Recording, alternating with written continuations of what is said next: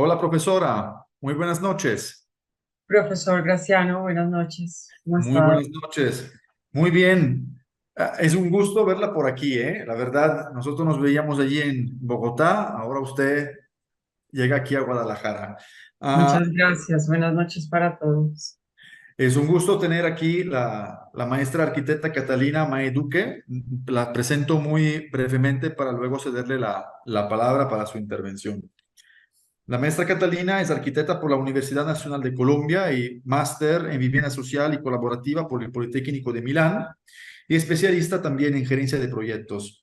Actualmente es profesora de planta en la Facultad de Arquitectura y Diseño de la Universidad de los Andes. Ha realizado su práctica de maestría en la Fundación Housing Social en Milán y ha tenido una experiencia de colaboración en Housing Lab con el desarrollo de diversas iniciativas en el hábitat colaborativo. Ha tenido experiencia como docente en la maestría en arquitectura de la vivienda de la Universidad Nacional de Colombia y ha sido directora o es directora de posgrados de la Facultad de Arquitectura, Diseño y Urbanismo de la Universidad de Bocayá, donde ha coordinado el Centro de Asesoría, en Vivienda y Urbanismo. Para mí es un gusto tenerla por aquí, profesora, la verdad. Le agradezco mucho de haber aceptado nuestra invitación. Espero que podamos tener su texto para la próxima publicación del libro. Y sin más preámbulos, pues le dejo la palabra agradeciéndole mucho su tiempo. Gracias. Muchas gracias, profesor Graciano. Muchas gracias para la invitación. Muchas gracias para todas y todos. Eh, y por esta introducción, puedo compartir la pantalla y así vamos al tema. Bien, entonces yo quisiera hablarles. Ahí ya están viendo la pantalla. Sí. Sí. Sí. Eh, Bien, gracias. Yo quisiera hablarles de la vivienda colaborativa. Esta presentación la he denominado Vivienda colaborativa, estrategias de gestión participativa en la vivienda contemporánea. Hace parte de un proyecto de investigación que estoy desarrollando en la Facultad de Arquitectura y Diseño de la Universidad de los Andes, donde estoy vinculada en este momento como profesora de planta, como decía hace un minuto, profesor Graciano. Entonces, siéntanse la libertad de hacer preguntas, de interrumpir, de opinar también. Eh, Espero estar dentro de los tiempos que hemos hablado. Entonces, esta presentación eh, está dividida en 5 partes. La primera parte son premisas generales o a qué me refiero cuando hablo de vivienda colaborativa. Luego, los espacios comunes, los objetos comunes, el diseño de servicios y al final una hipótesis más con una de índole proyectual. Para hablar de vivienda colaborativa empiezo hablando de dos conceptos que son hábitat y proximidad. Y el, el concepto de hábitat, eh, pues tomo como referencia el pensador Heidegger, ¿no? Que en su texto Construir, Habitar y Pensar se pregunta qué significa construir o qué significa habitar, cuestionando un poco que el verbo habitar lo hemos perdido, ¿no? En este sentido de habitar, haciendo como la relación con las palabras en alemán, actualmente está más relacionado con el construir más que en el habitar. Y hace la relación con una palabra, que es la palabra vecino, que es aquel que habita en proximidad, como, como esa relación del habitar más cercana que tenemos actualmente dentro del significado del hábitat. Y por otro lado, la proximidad, la proximidad la tomo, ay, la proximidad, perdón, que se me pasó no, ya. El concepto de proximidad lo tomo a partir de la teoría de Ezio Mancini, diseñador italiano, que en su libro Habitar la proximidad plantea justamente que la proximidad es un sistema donde, donde la relacionalidad y la proximidad con el otro permite construir comunidad.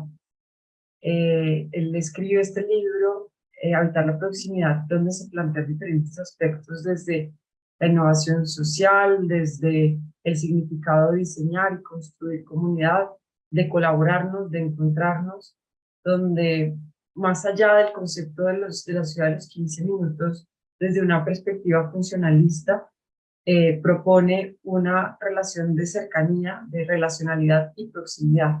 Y por eso este punto de hábitat y proximidad me permiten introducir un poquito esta charla para hablar de la vivienda colaborativa, porque entiendo que la vivienda es mucho más allá que el diseño, ¿no? El diseño espacial, el diseño arquitectónico, y tiene también dos aspectos que están en la relación de lo social y la gestión, sobre lo que voy a hablar en estas diapositivas, bueno, en estos minutos. Entonces, como premisa general para hablar de vivienda colaborativa, me remito al siglo III antes de Cristo, en la ínsula romana, ¿no? El significado de lo que era la ínsula romana, y los espacios comunes eran los espacios de la vida de todos, ¿no? La calle por un lado y por otro lado la escalera era como un espacio de agregación y el baño, que era un espacio público, un espacio común.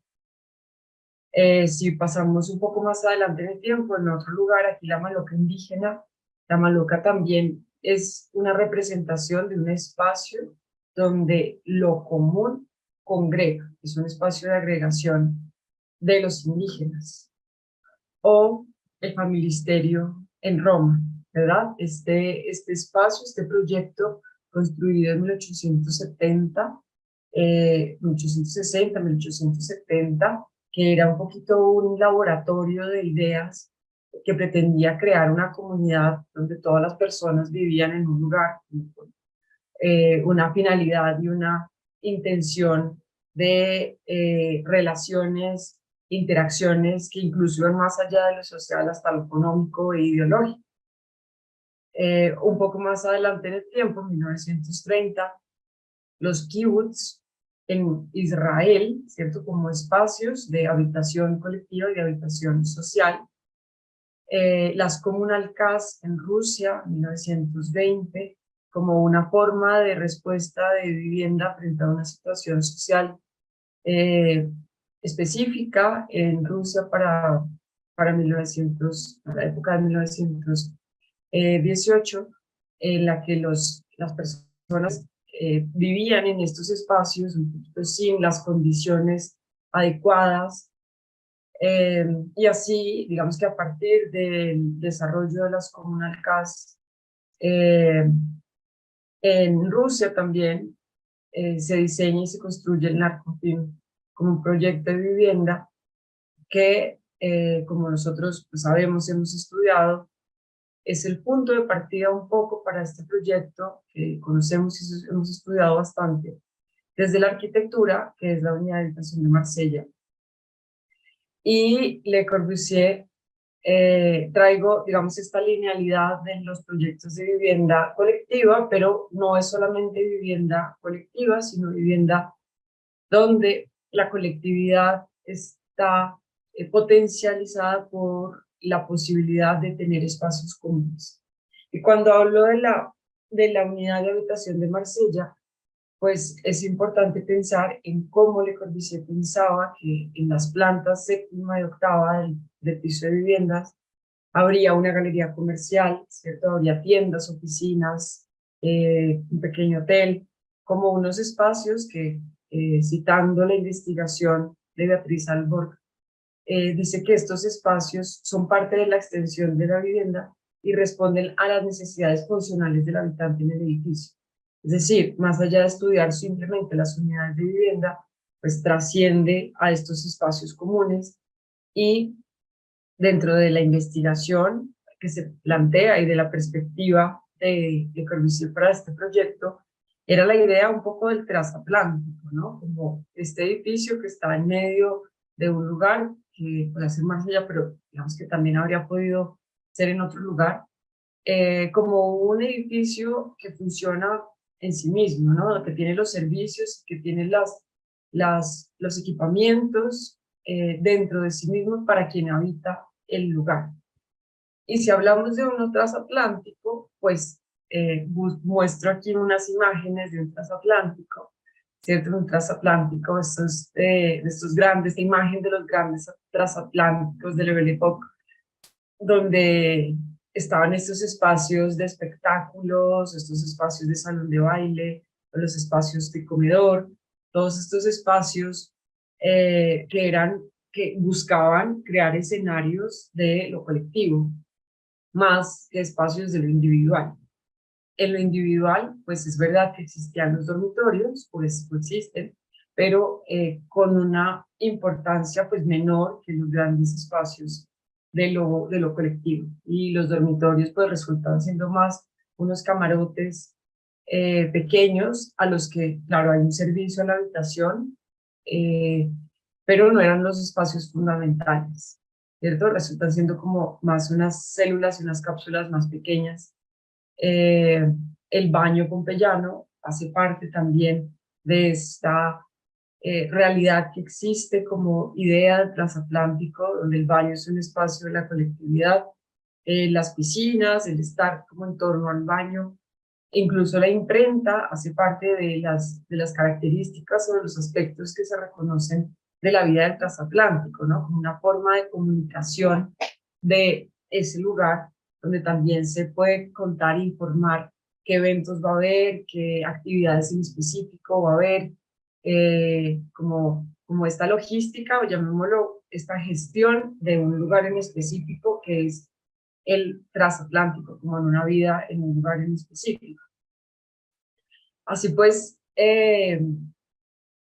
los tres círculos que presentaba hace un momento de diseño social y gestión no son más tres elementos sueltos, sino que se unen entendiendo la vivienda como un sistema en el que los espacios comunes están relacionados, permitiendo desde el diseño arquitectónico y la gestión, una interacción social en unos espacios que fomentan la colaboración, donde se permiten unas iniciativas que tienen unas dinámicas, que tienen una organización, donde hay una gestión, el desarrollo social y una consolidación de redes. Entonces, desde esta perspectiva, se podría empezar a hablar de los espacios comunes como un tema fundamental de las características de la vivienda colaborativa. Entonces, así llegamos a esta segunda parte que son los espacios comunes.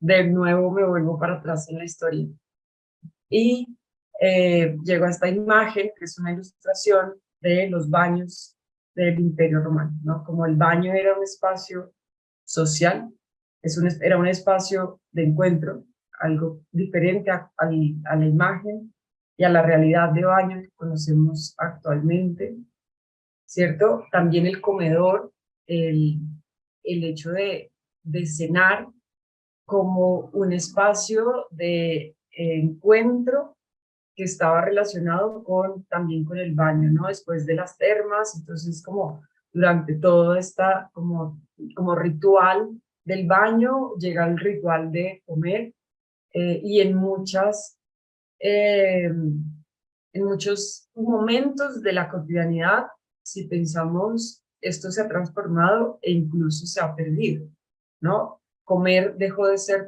un espacio de encuentro, como un ritual de estar juntos y de compartir con el otro como el comedor, y esto se ha perdido, se ha modificado, se ha transformado también de acuerdo a las dinámicas de la sociedad y pues, de la población actual. Estas ilustraciones muestran un poco lo que significaba el comedor, ¿no? Como este momento más de relajación, casi donde las personas se ven acostadas en torno a una gran mesa, eh, como un momento como de gran disfrute con los otros, ¿no? Incluso pues se ven en las ilustraciones unas personas que tocan y que tocan música y bailan mientras están en torno a la comida. Y me pregunto hasta qué punto el comedor sigue siendo o ha cambiado como un espacio común de la vivienda o requiere una nueva observación. También la lavandería históricamente ha sido un espacio comunitario, un espacio público, ¿cierto? Si vemos esta ilustración de la imagen inferior, esta ilustración muestra lo que significaban las lavanderías del siglo XIX, eh, o como estos espacios de agregación donde existía una sociabilidad principalmente femenina, ¿cierto? Que buscaba crear un espacio de encuentro en torno al agua, en torno a la simbología, de estar como un espacio en su momento de liberación. Y fue, digamos que tradicionalmente un espacio reconocido como un espacio comunitario y un espacio de colectividad muy importante, que también hizo el crecimiento de las ciudades. La cocina tomó aquí la imagen del proyecto de investigación de Ana Pujanet, de su investigación que se llama Vivir sin cocina, es una imagen la que está a la izquierda abajo, eh, que muestra cómo es en la vida en torno a la cocina, ¿cierto? Hasta qué punto la cocina como espacio común ha sido un escenario de agregación, de nuevo, y de colectividad con otras personas que son diferentes, ¿cierto?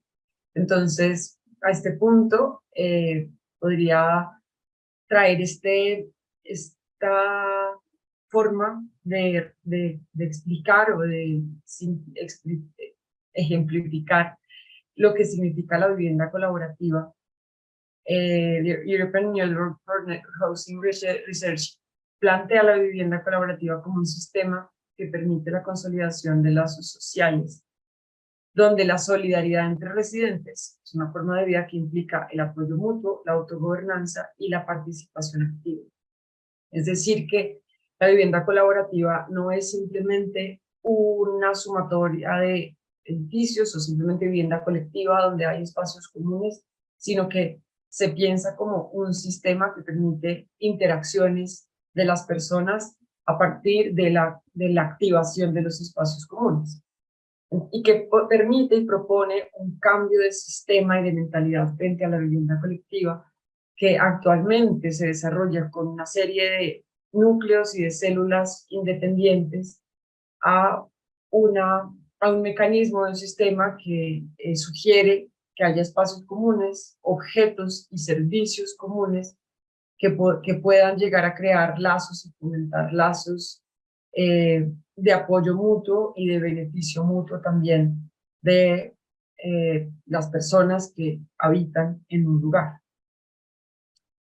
Entonces, para entender esto habría que entender las diferentes escalas también de la vivienda y entender que no necesariamente todo es privado, pero tampoco todo es absolutamente público, ¿cierto? En esta gradación de lo privado y lo público, donde tenemos unas unidades de habitación más pequeñas que yo aquí he denominado vivienda, luego una serie de espacios semiprivados, ¿cierto? Que hacen parte de una vecindad, de una cercanía.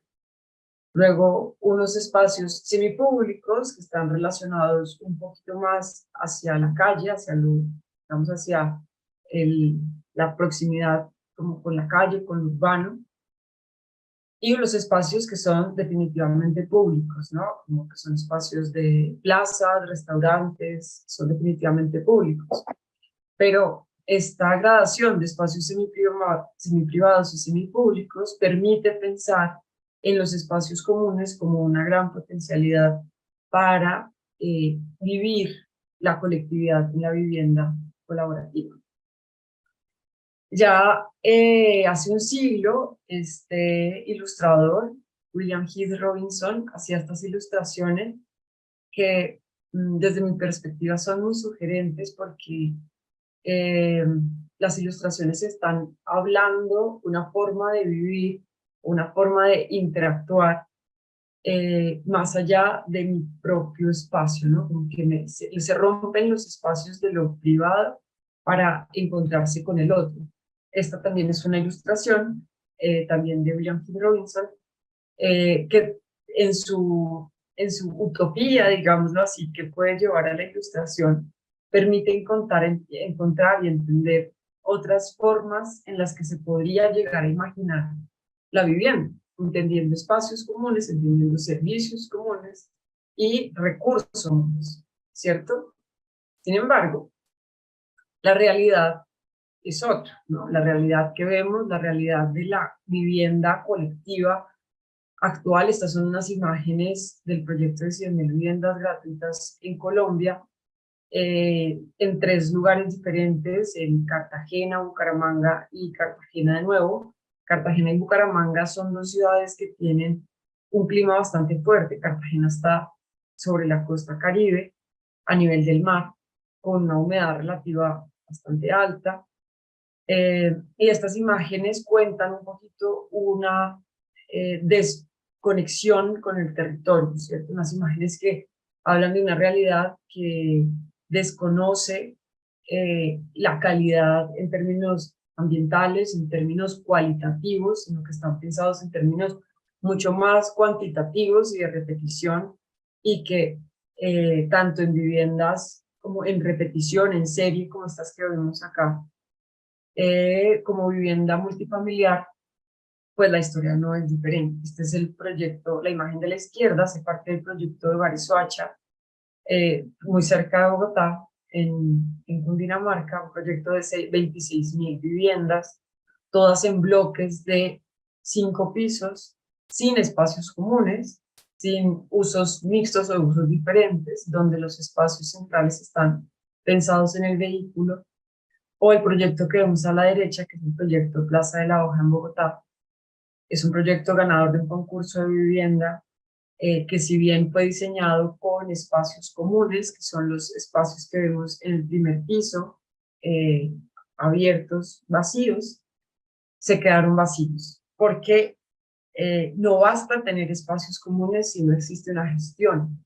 Entonces, actualmente este es un proyecto con aproximadamente 400 viviendas, donde todos los espacios comunes que fueron pensados están vacíos y están cerrados con unas rejas porque nadie los puede usar.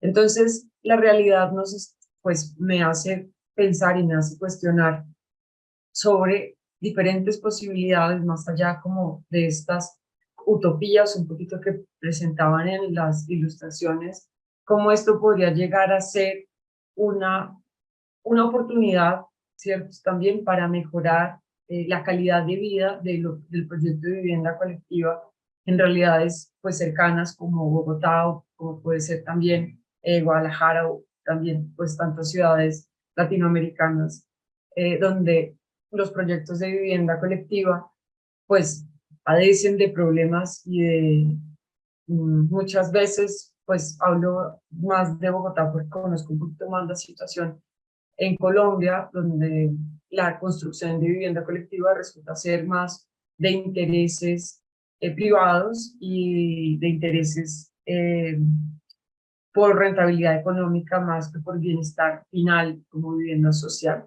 real. Mm, y teniendo este panorama de la realidad de lo que está construido actualmente y lo que se está construyendo, estos 2 proyectos que acabo de mostrar, Hogares Soacha se terminó de construir hace 6 años, son proyectos relativamente recientes y no es muy diferente lo que se está construyendo en este momento, ¿no? Eh, y digamos que planteando esta perspectiva de la realidad, pues me permito abrir un nuevo capítulo que se llama Los objetos comunes, ¿cierto? Y quería mostrarles esta imagen, porque esta imagen es de un libro de colegio de primaria y muestra cómo se pensaban los modos de habitar hace algunos años, ¿no? Ya décadas. Y si nos damos cuenta detalladamente, hay una cantidad de objetos que ya no se usan dentro de los modos de habitar, que incluso estas imágenes eh, también nos cuentan que la vivienda, en la unidad de vivienda también ha cambiado. Por ejemplo, hay objetos como la radio como un objeto, el disco compacto, el video como cassette, las cartas, el teléfono. Si nos damos cuenta, todos esos objetos actualmente ya no tienen la misma vigencia que tenían hace 2 décadas.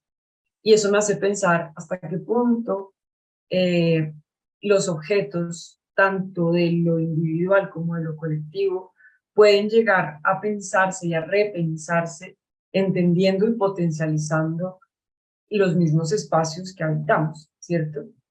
Todos estos objetos que están alrededor no necesariamente determinan los modos de habitar, o podrían llegar a hacerlo, pero no necesariamente todos los objetos que vivimos y estamos acostumbrados a que los objetos de alguna manera caracterizan modos de habitar, podrían llegar a mejorar el modo de habitar colectivo, no solamente el modo de habitar individual. Y así eh, surgen imágenes como una lavadora con secadora, un computador, un wifi, un video beam, un taladro, que son objetos que probablemente de estos, hay algunos que cada uno de nosotros tiene en su casa, pero no está dicho que todos usemos un taladro, por ejemplo, todos los días, todas las semanas, ¿no?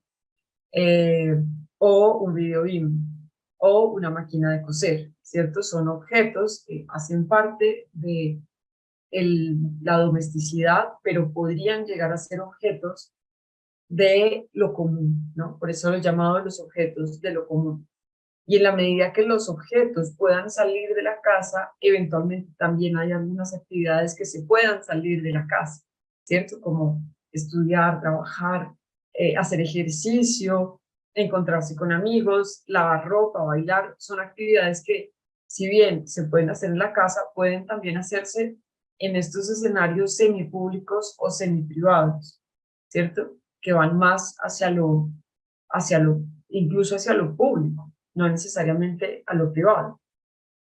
Entonces, para entender la vivienda colaborativa, digamos que la he abordado desde hasta el momento como de los espacios comunes, ¿cierto? Como de la importancia de la existencia de los espacios comunes, los objetos comunes que pueden llegar a activar y darle mejor uso y función a los espacios comunes que ya se han creado, y también la forma de llevar a cabo, digamos, esta colectividad como servicios colaborativos, gracias al diseño de servicios colaborativos.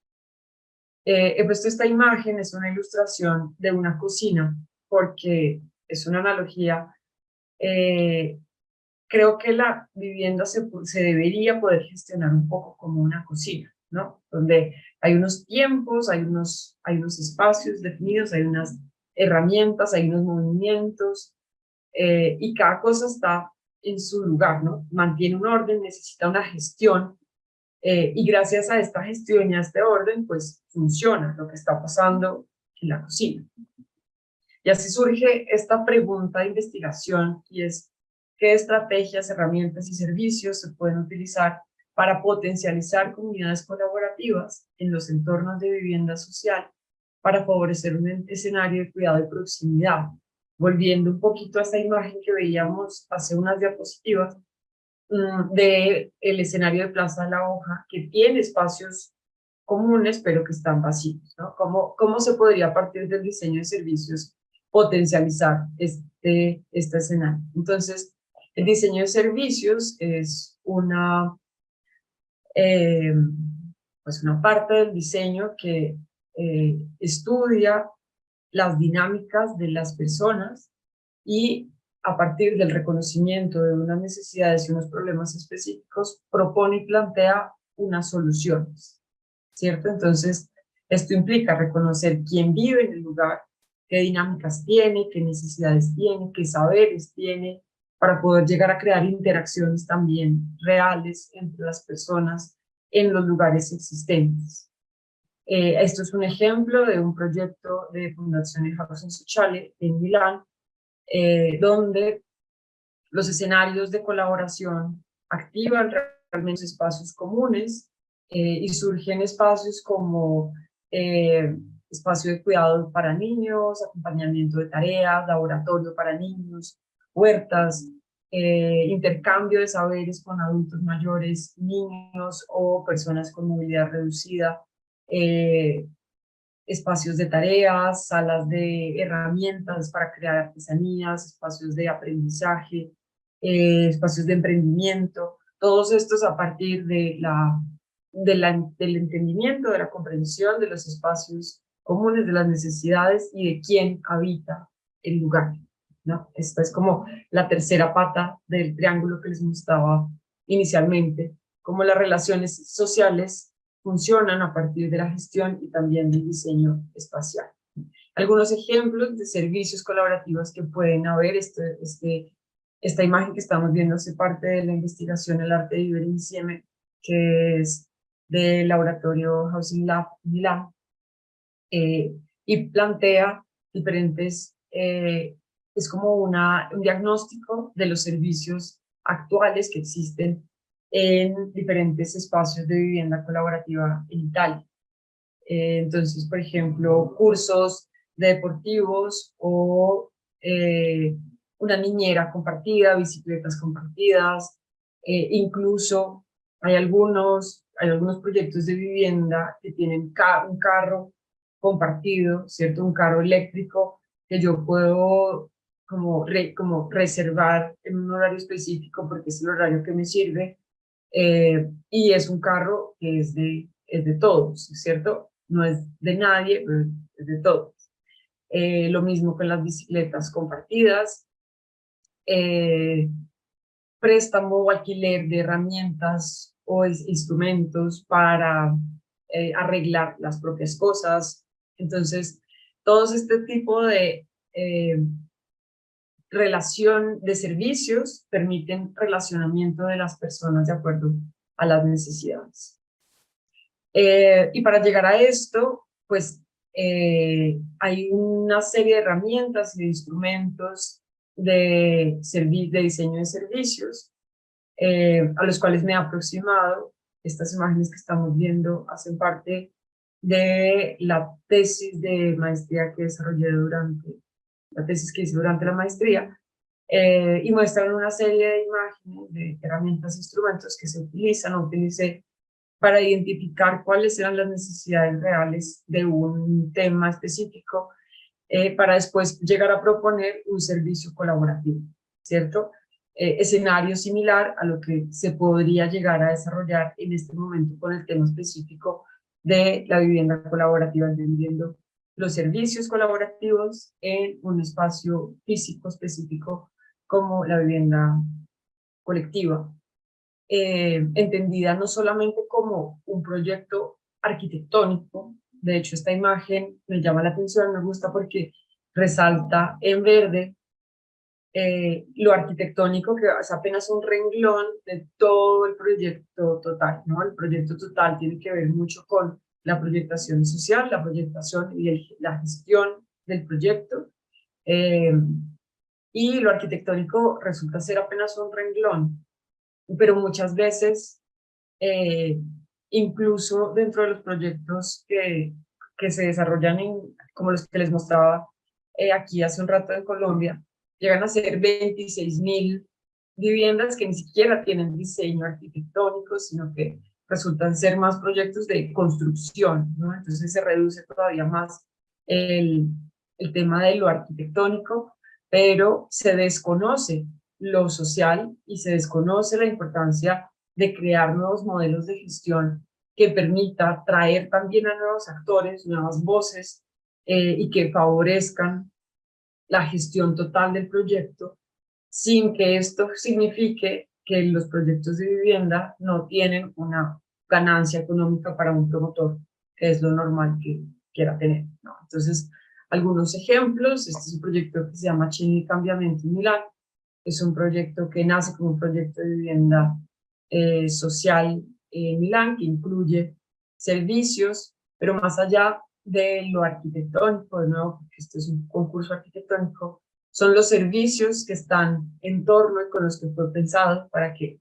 la colaboración dentro de los espacios construidos sea favorable, no sea viable.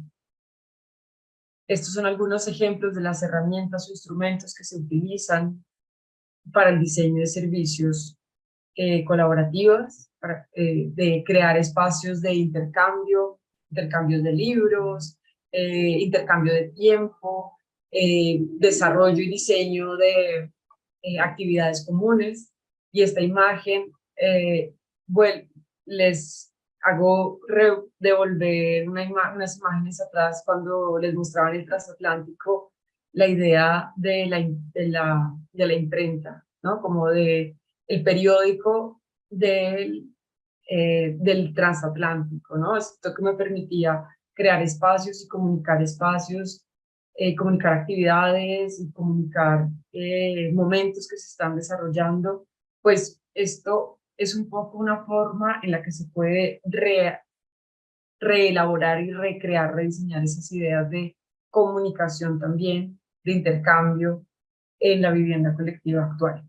Otras herramientas que se utilizan, como la página de internet o una plataforma o una aplicación, pues digamos que la tecnología también está un poco al servicio de entender la gestión de esos espacios comunes.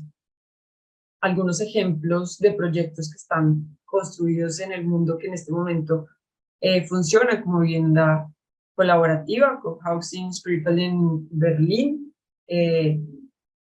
Esto es un proyecto donde las zonas, donde el proyecto de vivienda fue pensado en la colaboración, en la colectividad, en crear estos espacios donde las personas se puedan encontrar y puedan, no sé, ver una película o hacer un cineforo o hacer una obra de teatro. Dentro de los espacios comunes de este proyecto, hay una sala de herramientas donde las personas pueden bajar y utilizar la carpintería o utilizar no sé, los espacios para arreglar cosas y para hacer artesanías y arreglar sus propios muebles. Este proyecto se llama el Edificio San Fernando de Cali, es de Arquitectura para la Gente, un colectivo de arquitectos que está creando un modelo de gestión a partir de la vivienda por asociación, creando un nuevo modelo de gestión, no sé si lo conocen, y cómo a partir de un nuevo modelo de gestión se pueden llegar a pensar y a rediseñar proyectos de vivienda. Dentro de la vivienda colaborativa es un mapa más amplio. Dentro de la vivienda colaborativa está el cohousing. El cohousing es una parte de todo lo que puede llegar a ser la vivienda colaborativa. Muchas veces se entiende como vivienda colaborativa solo cohousing o solo co-living, y en realidad es mucho más amplio. Y el cohousing es uno de esos ejemplos, ¿cierto? Donde también hay unos espacios comunes, hay unos locales comunes, hay unas intenciones comunes, y actualmente pues existen varios proyectos, muchos proyectos que están pensando que la relación y la interacción social es muy importante para que la vivienda logre este equilibrio entre lo social, el diseño y la gestión. Otros ejemplos, el Hunziker Areal en Zurich. Este proyecto también tiene zona de lavandería, tiene zonas comunes, abiertas, flexibles, que permiten el encuentro. El Sargfabrik en Viena es uno de los primeros proyectos que se desarrolla desde una cooperativa. La cooperativa de habitantes encuentra el predio, gestiona, desarrolla todo el proyecto. Tiene una gran cantidad de tipologías de vivienda por lo mismo, porque ha sido un proyecto que nace de la gestión de los habitantes incluso antes de que llegue un promotor externo. También la aborda en Barcelona. Es un proyecto que seguramente conocen ya, pero que aquí lo presento y lo destaco porque hay un modelo de gestión muy interesante que se acerca y se aproxima a lo que significa la colaboración en la vivienda, incluso hasta el momento en el que las personas pueden llegar a construir el edificio en el que están viviendo.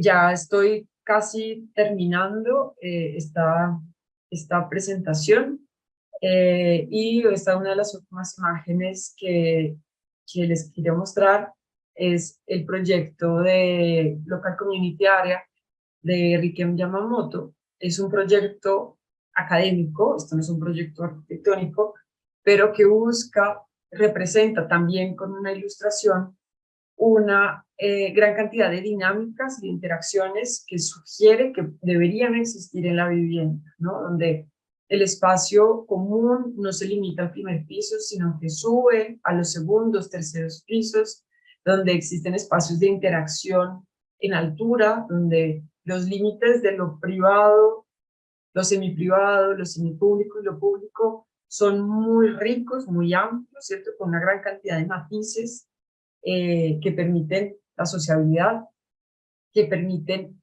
la interacción, que permiten la relacionalidad, la proximidad, volviendo también al punto de partida de la premisa que permiten el habitar, encontrar en el otro, en el vecino, en el que está al lado, como una riqueza en la proximidad.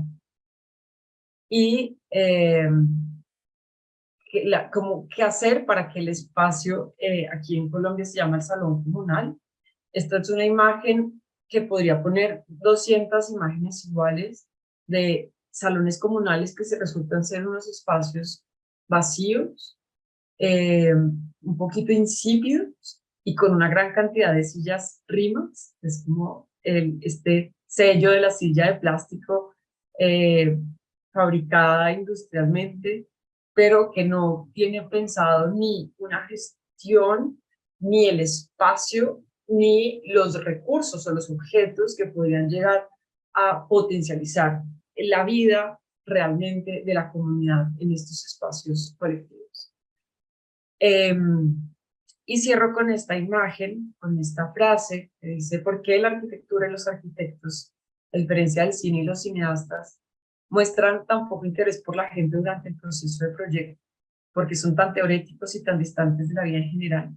Esta es una frase tomada del libro Habitar de Yucatán Palazzo, y la imagen es igualmente sugestiva desde mi punto de vista. Es un performance de Domenech en el 2018, interviene el pabellón de Barcelona habitándolo, ¿no? Como una imagen que un libro, una revista de arquitectura tal vez no quisiera tener, eh, porque pues no es como esa imagen de lo habitado, donde están las personas que tienen unos ritmos y tienen unos tiempos, y tienen objetos y tenemos formas de habitar, que la vivienda no está solamente como en el espacio físico, en la arquitectura perfecta, sino en para quién diseñamos y para quién habitamos. Eh, Algunas referencias bibliográficas y pues este es mi correo electrónico. También quedo como a disposición pues de comentarios, de cualquier duda que surja también a partir de esta conversación, pues con mucho gusto también me pueden contactar eh, a mi correo electrónico. Creo que me demoré menos o no sé si está bien dentro de los tiempos. Vamos muy bien. Esto es lo que les quería contar. Muchísimas gracias, profesora Catalina. La verdad ha sido muy, muy intensa y muy llena de puntos, ¿no? Puntos muy importantes de esta plática, ¿no? Por un lado, ¿no? El tema, pues, de las premisas, ¿no? Que muchas veces, ¿no? Hemos transformado, pues, este tema, pues, de la vivienda colectiva, entendiéndolo o simplemente desde un punto de vista del construir más que del habitar, ¿no? ¿Y qué quiere decir habitar? Esto es, digamos, incluso un tema que yo traigo, ¿no? Y siempre con mis estudiantes, ¿no? Incluso porque los mismos arquitectos, pues, nos acostumbran cuando hablamos de las personas a hablar de usuario, ¿no? Y no de habitante, ¿no? Y yo creo que sea un error fundamental, porque la arquitectura al final, y mucho menos la arquitectura de la vivienda, pues se usa, al final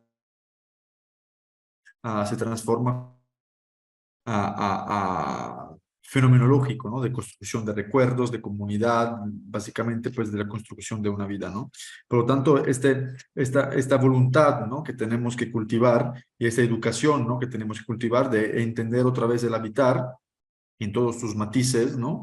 Y volver a habitar. Incluso me gustó mucho, ¿no? Cuando matizó el tema, pues, del significado de la palabra vecino. Pues es vecino, es mi vecino porque vive en mi proximidad, ¿no? Y este vivir en mi proximidad, ¿no? Va mucho más allá, de una cierta forma, por lo que se puede entender de su presentación, va mucho más allá de una cercanía espacial, sino también es una cercanía porque formamos, digamos, de una cierta forma, ¿no?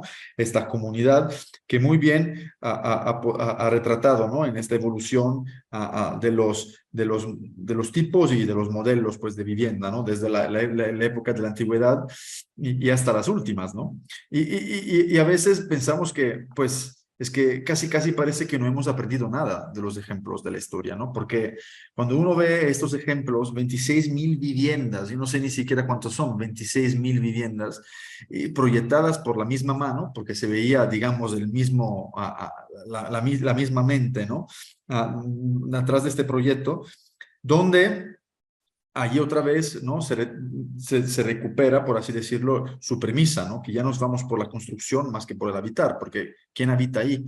Es decir, al final es un habitar muy estéril, ¿no? Porque entendemos que el habitar es mucho más que estar dentro de tu vivienda. El habitar tiene que ver con todas estas cuestiones, ¿no? De la cual habla este fantástico Ezio Manzini, ¿no? En su texto. Es decir, el habitar tiene que ver, pues, con el comprar el pan, con el socializar, con el ir al médico, con ir a la iglesia, con estar en la plaza y también, pues, estar en la vivienda, ¿no?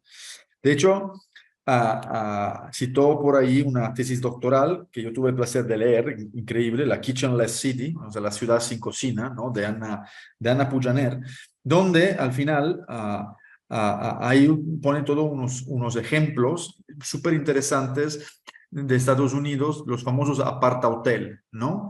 Que eran esos edificios donde justamente pues tú tenías este departamento que incluso podía crecer, o sea, tú podías incluso tener por cómo estaba conformado el edificio, podías rentar 50 metros, 100 metros o más metros, y al final era el mismo edificio que te brindaba determinadas funciones, ¿no? Que si el restaurante, que si el gimnasio, que si esto, que si el otro. Pudimos incluso encontrar, estudiando la tesis de Ana Pujaner, encontrar como unos panfletos, ¿no? Que explicaban cómo era el edificio.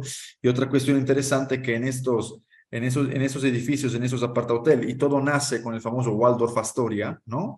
Había diferentes tipos de habitantes, ¿no? Entonces era el habitante como más humilde, por así decirlo, y luego ya la persona como más reconocida, ¿no? Por lo tanto, yo creo que es muy importante, ¿no? Su punto de vista, profesora, ¿no? Cuando habla del hecho que, pues, que la vivienda colectiva no es simplemente un hecho arquitectónico, es decir, lo que construimos, el espacio que construimos. Más bien el espacio que construimos, de una cierta forma, lo podemos entender como el catalizador, la herramienta o el soporte para que luego se desarrollen de una forma positiva, si es que lo hacemos bien, ¿no? Unas buenas dinámicas, digamos, de lo social, ¿no? Sociales. Claramente, para que el diseño y el social se pueda desarrollar de manera armónica, pues también necesitamos involucrarnos en la gestión, ¿no? En esta gestión a veces tan tediosa, que es a las instituciones públicas le hace decidir por eliminar los espacios comunes porque no sé cómo gestionarlos, ¿no? Y por otro lado, ya terminando, viendo estas fotos que puso al final, ¿no? De esos espacios que muchas veces los arquitectos ponemos dentro de los edificios, las famosas amenidades, ¿no? Porque nos piden amenidades, que al final, pues, hay muchas amenidades, pero muchas veces ni siquiera se usan estas amenidades, no se viven, ¿no? Pero dicen que nos ayudan o les ayudan a los de venta, pues, en vender el edificio. Para cerrar, digamos, como esta pequeña aportación, creo que de estas palabras, ¿no? De esta plática que nos dio, ¿no? Aprendemos también una cuestión, ¿no? Que al final es un tema, de una cierta forma, que por un lado aprendemos a habitar, ¿no? No nacemos sabiendo habitar, aprendemos a habitar, por lo tanto tenemos como este rol de entender cuántas formas de habitar hay, ¿no? Si estamos acostumbrados a ver que solo hay una forma de habitar, a lo mejor estamos descartando la posibilidad de que hayan otras 450, ¿no? Y allí se veían un poco en esos ejemplos que usted proporcionó profesora, incluso de la borda, ejemplos como conocidos de amigos. Claro que hay otras formas de vivir, hay otras formas de entender la comunidad, de una cierta forma de formar unas familias alargadas, ¿no? Donde nos cuidamos, ¿no? Y que por otro lado, abro y cierro paréntesis, a veces nos vinieron muy bien en la época del COVID, ¿no? Porque al final yo cuido a alguien y hay alguien que me cuida a mí, ¿no? Y por lo tanto, pues terminar diciendo, como usted bien remarcaba, pues que la vivienda no es una sumatoria de espacios, ¿no? O sea, la vivienda y la dimensión de lo colectivo. O sea, si la vivienda no es una sumatoria de recámaras, podríamos decir que la vivienda colectiva no es un apilamiento de departamentos, ¿no? Más bien es un concepto, ¿no? Que tiene que ver con lo social, con lo colectivo, y que tiene que ver con la otredad, ¿no? ¿Quién eres? ¿Qué hacemos? ¿Cómo nos llevamos, ¿no? Entre todos. Realmente, incluso, quiero decir, muy atractiva la presentación. O sea, la verdad, todos estos dibujos y estas formas de representar la arquitectura y estas reflexiones a partir incluso de obras que ni siquiera de arquitectos son, ¿no? Tenemos libros de primaria, ¿no? Nos hacen reflexionar mucho. Y cerrando con Mies. Mies que decía, pues, que el problema no es tanto construir una arquitectura moderna, la construyó, es Pabellón, ¿no? O sus otras obras. El problema que decía Mies es que no existe el habitante moderno, ¿no? Porque al fin y al cabo, pues como habitantes, pues vamos a atender, vamos a sacar unas sillas a lo mejor de dudable calidad encima, pues, del basamento del pabellón, pero es que así vivimos, ¿no? Por lo tanto, nada, muchísimas gracias por su presentación, profesora. La verdad, creo que ha sido muy, muy buena y personalmente me ha encantado poder escuchar. No Pues sé si gracias, maestro Graciano. no sé si hay Eh, otras preguntas aquí o aportaciones, porque creo que fue muy densa la plática. Entonces, estaría bien como pregunten. A mí me sigue sorprendiendo el suceso que se presentó en Plaza de la Hoja, en Bogotá, en el que ya habiendo superado el tema de crear espacios públicos, espacios de convivencia, se vuelvan obsoletos, se vuelvan ya sin vida. Cuando en otros proyectos a los cuales no te permiten, no puedes crear esos espacios comunitarios, lo requieren tanto. Entonces, hace unos momentos hablábamos de cómo si permutas metros cuadrados de un lugar a otro, sería ideal hasta permutar espacios comunes de un espacio a otro, ¿no? Porque muchas veces no todos los terrenos te permiten crear, por su dimensión o su ubicación o el contexto, un espacio comunitario público que no tenga a su alrededor, pero donde sí se permite, no lo aprovechan. Dices, ese tema puede ser un tema político, puede ser un tema económico, social o cultural, no sé, pero sí es algo que duele imaginar que no se pueda dar vida en esos espacios. Y por otro lado, Catalina, maestra, la verdad es que felicitaciones, me encantó mucho la presentación. muchas gracias, Ramón. Eh, Quisiera hacer dos comentarios uniendo lo que dice Ramón y lo que dice el profesor Graciano. Pues de nuevo, muchas gracias por los comentarios. En esta idea de pensar los espacios comunes como espacios vacíos, el profesor Graciano hablaba del cuidado y de la otredad. Yo creo que esto es fundamental, entender el cuidado como en la proximidad, eh, donde más allá del, exactamente del apilamiento existe otra persona que es diferente o que es no sé, como diferente a mi forma de actuar. Y así como al parecer en la forma de construir hemos retrocedido en el tiempo, yo diría que también hemos retrocedido en la forma de estar con el otro. O sea, en Colombia, por ejemplo, la vida de barrio es reconocida como una dinámica muy espontánea, donde antes uno iba al vecino y le pedía una taza de azúcar, ¿no? Como, o será que le puedo dejar a mis niños 2 minutos y yo vuelvo, voy a la tienda y vuelvo. Eso se ha desaparecido a tal punto que uno encuentra a alguien en el ascensor y no sabe cómo se llama El y lo saludo. desconoce, no lo conoce. Entonces, hemos ido también para atrás en esas dinámicas Sí. que eran espontáneas naturales también en Latinoamérica, que parece que ahora es algo como impensable. Entonces, en ese que hemos retrocedido no solo en lo constructivo, sino diría yo también en lo social. Y retomando un poquito el comentario de Ramón, es doloroso que en un proyecto como Plaza de la Hoja los espacios comunes que ya están construidos eh, estén desocupados por problemas políticos. Problemas políticos porque no se ha logrado encontrar un mecanismo donde el espacio, la gestión del espacio, de nuevo, no sea un problema, sino que sea una oportunidad. De hecho, parte del proyecto de investigación que estoy empezando busca proponer una estrategia, una herramienta para que esos espacios en específico empiecen a cobrar una vida y una función en un espacio que ya está construido, ¿no? Entonces, pues de eso se trata también. Excelente, sería ideal poder encontrar una solución a ese espacio. Ya les contaré. Claro que sí. ¿Alguien más quiere aportar algo, Liliana? Sí, sí, yo quería hacer una pregunta, doctora. A ver, ¿cómo? No sé si de repente no lo pude ver o se me pasó en la presentación. ¿Cómo, justo por el proyecto que acaban de mencionar, ese que se quedaron los espacios comunes proyectados vacíos sin uso, existe una metodología para determinar el tipo de espacios comunes o servicios a plantear dentro de un proyecto de vivienda colectiva?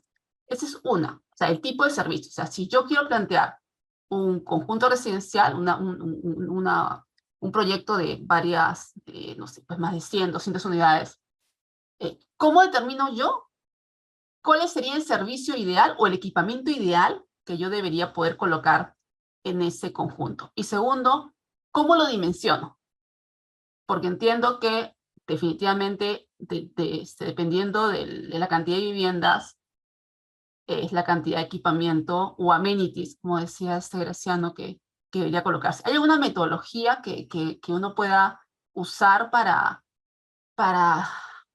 equivocarse menos, no?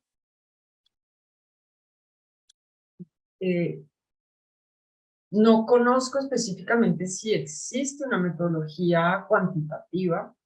Yo podría aproximarme más a una respuesta cualitativa, es decir, reconocer para quién estoy diseñando.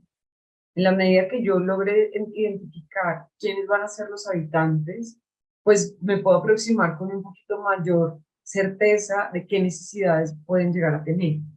Es decir, si el proyecto de vivienda está ubicado en un sector cercano a universidades, es muy probable que haya muchos estudiantes universitarios y las necesidades que tienen los estudiantes universitarios son diferentes a las necesidades que pueden tener mayoría de niños. Entonces, identificar el contexto geográfico es fundamental para entender las determinantes, las necesidades que tiene una población específica.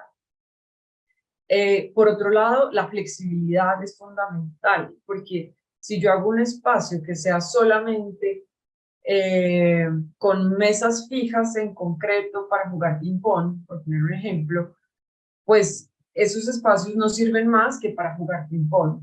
Mientras que si yo tengo espacios que sean flexibles, que permitan mecanismos, que tengan mobiliario flexible también, o espacios para guardar mobiliario, pues esto me va a permitir que puedan ser usados bien sea por niños en las tardes o por adultos mayores en una clase de baile en la mañana, y en la noche de repente ese espacio se convierta en un salón de formación en idiomas. No sé, estoy como poniendo ejemplos.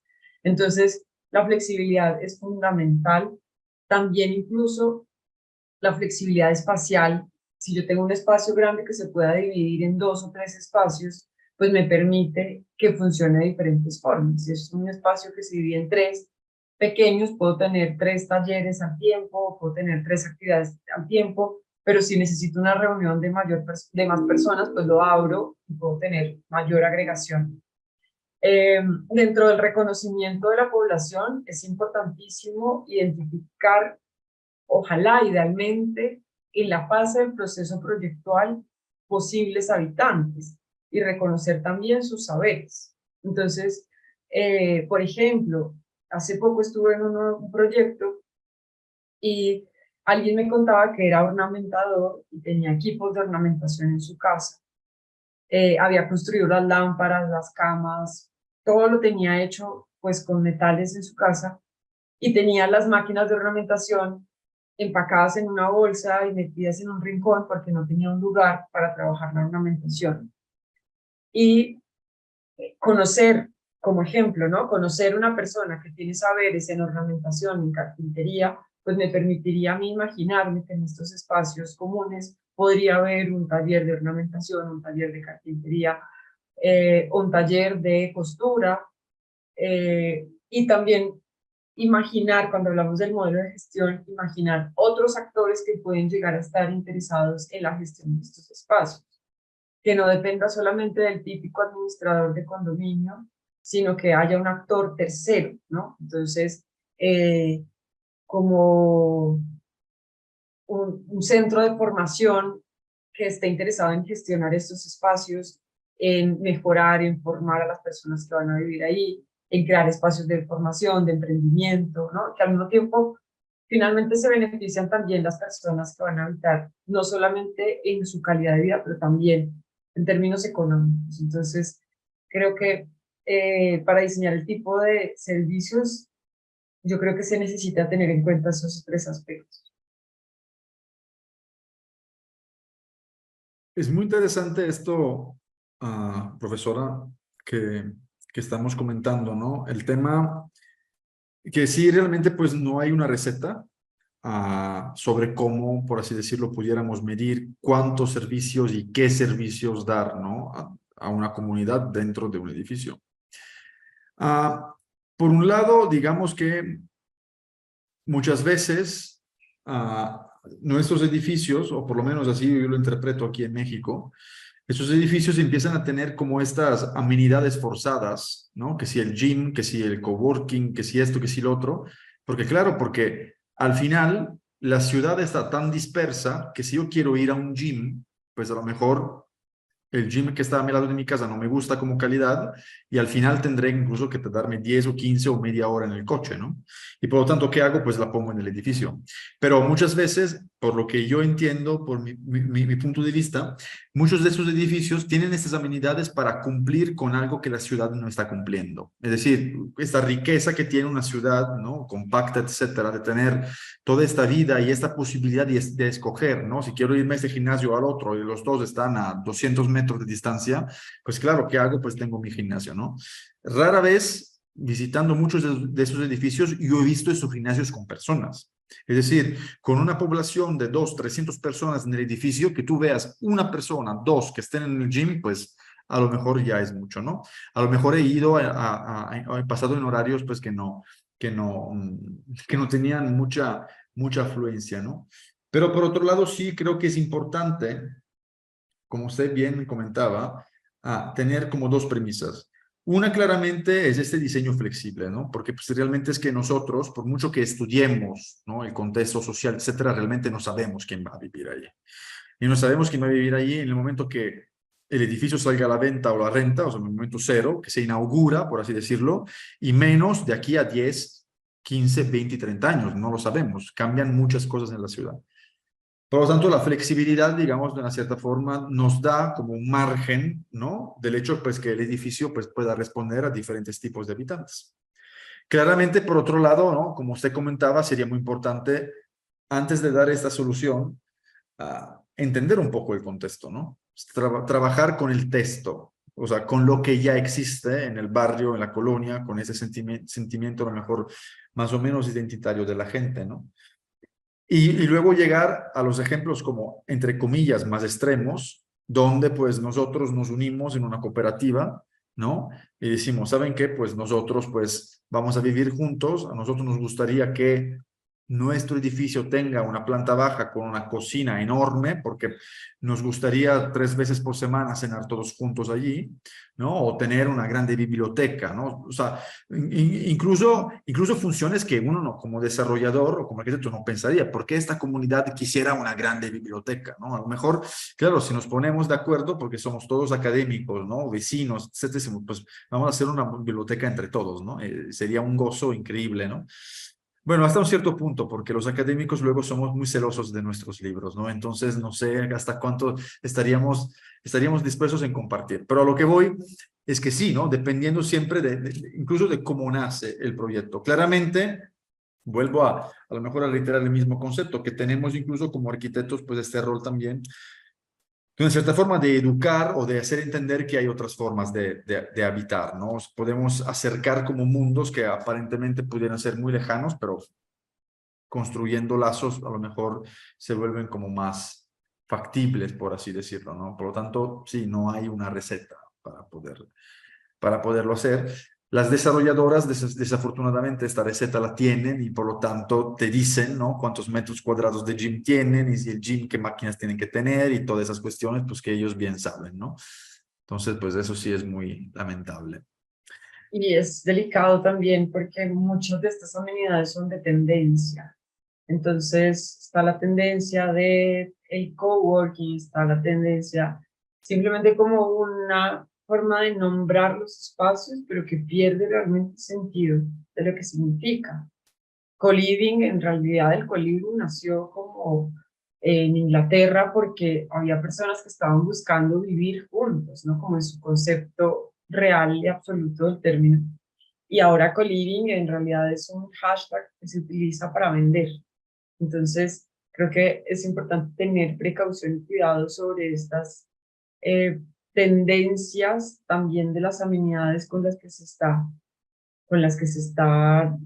también como haciendo el marketing de los proyectos, que resultan ser muchas veces estos espacios vacíos, sin personas, o incluso desocupados, ¿no? Como sin ni siquiera sillas porque no alcanzó el presupuesto para el mobiliario.